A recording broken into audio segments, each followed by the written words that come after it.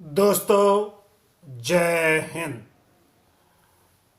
This is Subedar Tomar from defence news platform. दोस्तों, आपको information से भरे, इंफॉर्मेशन से युक्त बीलॉग और फैक्ट्स एंड डेटाज पर आधारित बीलॉग बनाकर आपको जानकारी देने का मैंने निश्चय किया है। तो दोस्तों, आप आज मेरे पास 2-3 सब्जेक्ट हैं, उनके ऊपर आपसे डिस्कस करना चाहता हूँ। तो आप देखिए, सबसे पहले मैं आपको चाहूँगा कि हमारे 4 ब्रेव हार्ट्स ऑफिसर्स एंड जवान, 2 जवान और 2 ऑफिसर्स राजौरी क्षेत्र में आतंकवादियों से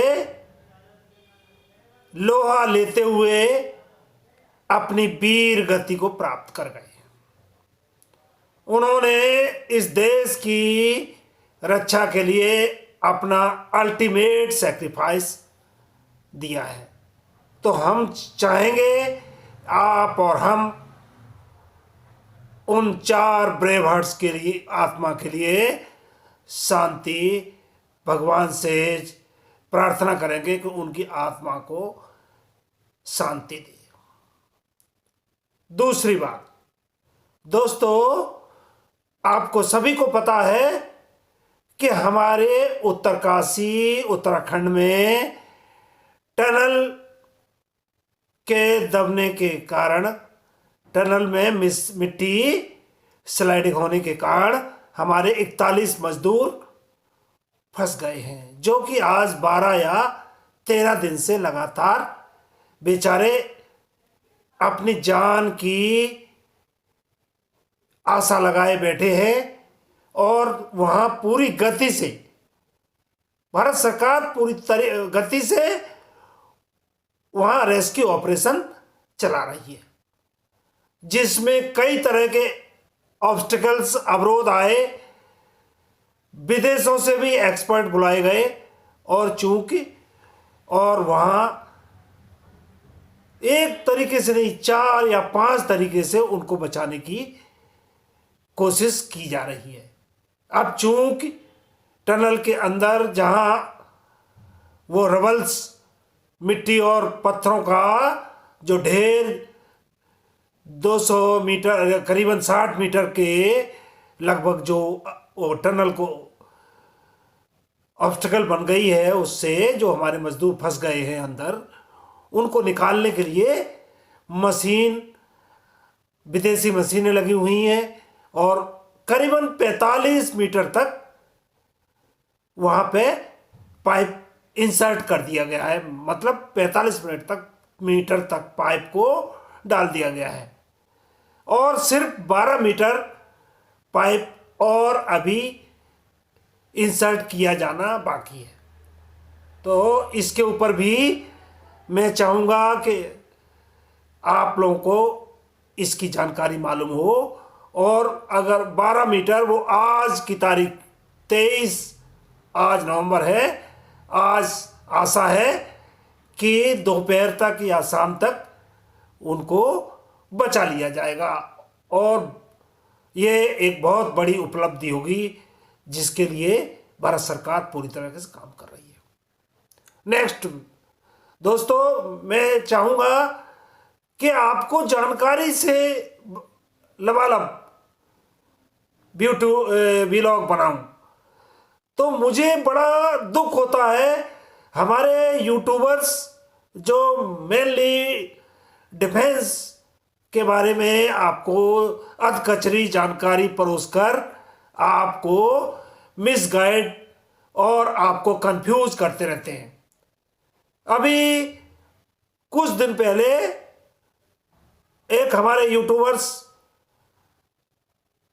बता रहे थे कि 65 साल, 70 साल और 75 साल और 80 साल की उम्र पूरे होते हुई आपको 5% क्रमशः कि 65 साल के बाद और 70 साल के बाद ये 5% आपको पेंशन बढ़ने जा रही है। दोस्तों, ये न्यूज़ आज नहीं, इसके ऊपर आज 4-5 साल पहले से कई हाई कोर्ट्स और आर्मड फोर्सेस ट्राइब्यूनल्स ने अपने जजमेंट दिए हुए हैं, लेकिन भारत सरकार ने अभी इसको लागू करने के लिए कोई रूलिंग नहीं दी है। तो बिना मतलब के हमारे ये यूट्यूबर्स आपको नॉलेज परोसकर आप लोग को मिसगाइड करते रहते हैं। तो मेरा काम है आपको सही और सटीक जानकारी देना। तो आप इसके ऊपर अभी कोई आप फाल्स होप मत बनाएं। तीसरी बात, एमएसपी के ऊपर 21 नवंबर को दिल्ली हाई कोर्ट में बहस हुई।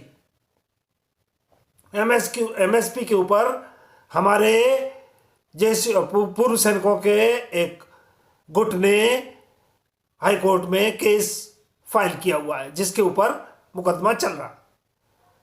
परसों चूंकि काफी देर उसके ऊपर हियरिंग चली, लेकिन जज महोदय और वहां उन्होंने बीच में अपनी टिप्पणी के द्वारा कहा कि हायरार्की के सिद्धांत के अनुसार मीन्स पदों का एक क्रमशः सोपान होता है, तो ऊपर वाले को ज्यादा मिलेगा, बीच वाले को कम मिलेगा, उससे नीचे वाले को और भी कम मिलेगा। इसके मुताबिक एमएसपी लागू की हुई है, लेकिन चूंकि ये रिस्क वाला अलाउंस है, इसको सभी को बराबर होना चाहिए। इस दलील पर हमारे जैसे जुआर पूर्व सैनिकों का कहना है कि सबको एमएसपी बराबर होना चाहिए। उसके ऊपर मुकदमा चल रहा है। बट आपको पता है कि इस मुकदमे में कितने बार तारीख पे तारीख बढ़ाई गई और कोर्ट्स और हमारे जज साहिबान कोई भी इसको देरी पे देरी हो रही है। अब वो देरी क्यों हो रही है, इसको आप और हम अच्छी तरह जानते। चूंकि मैं लीगल आपको नॉलेज थोड़ा रखता हूं, तो उसके आधार पे बता रहा हूं कि ये जानबूझकर इसको लंबा खींचा जा रहा है। कारण एक ही है, सिर्फ सरकार एमएसपी बराबर करने के पक्ष में नहीं है। हमारी ऑफिसर्स लॉबी और आईएएस लॉबी और ब्यूरोक्रेट्स इस हमारी मांग को पूरा करने को राजी नहीं है। मतलब वो देना नहीं चाहते एमएसपी बराबर, लेकिन हमारे पूर्व सैनिकों के कई यूट्यूबर्स बिना मतलब कि उसमें आपको फाल्स होप में डालकर आपको गुमराह करते रहते हैं। मेरा काम है दूध का दूध और पानी का पानी करना। तो दोस्तों, आप किसी फाल्स होप में न रहें। एमएसपी बराबर हो जाएगी, मैं कह रहा हूं बहुत अच्छी बात है, लेकिन अभी ये बहुत दूर की कौड़ी है।